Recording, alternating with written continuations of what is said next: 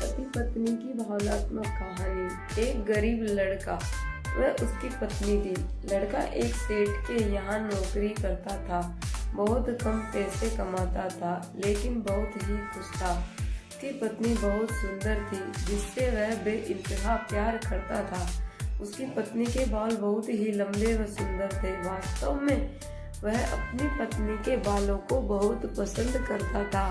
एक दिन पत्नी के बालों में लगाने वाला हेयर क्लिप टूट गया।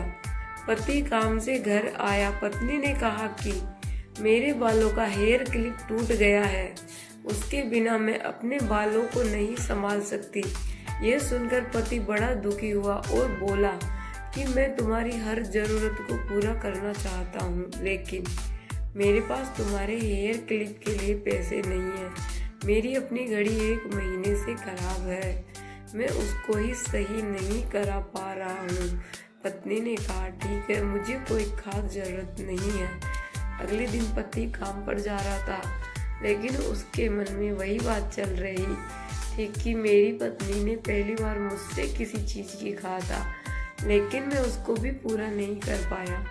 फिर उसका ध्यान अपनी खराब पड़ी घड़ी पर गया और उसे घड़ी सुधारने वाली दुकान पर जाकर कुछ रुपए में बेच दी।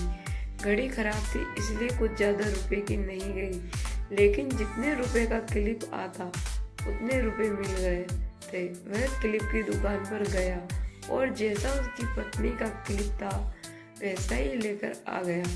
पति बहुत खुश था कि आज अपनी पत्नी को जाकर देने वाला हूँ। पति घर पहुंचा तो देखा कि उसकी पत्नी के जो लंबे सुंदर बाल थे वो बिल्कुल छोटे करवा लिए। पति ने यह सब देखकर पत्नी से कहा कि ये इतने छोटे बाल क्यों करा लिए, मैं तुम्हारे लिए नया क्लिप लेकर आया हूँ। पत्नी ने कहा मैं बाजार में गई और अपने बालों को बेचकर आपके लिए घड़ी ले आई। ये सुनकर दोनों की आंखों में आंसू आ गए और दोनों गले लगकर रोने लगे। यह छोटी सी कहानी हमें सिखाती है कि कोई भी कार्य अगर हम पूरे मन से करते हैं तो वह जरूर होता है। हम जब भी किसी कार्य को अपने पूरे मन से नहीं करते हैं तो वो ठीक से नहीं हो पाता।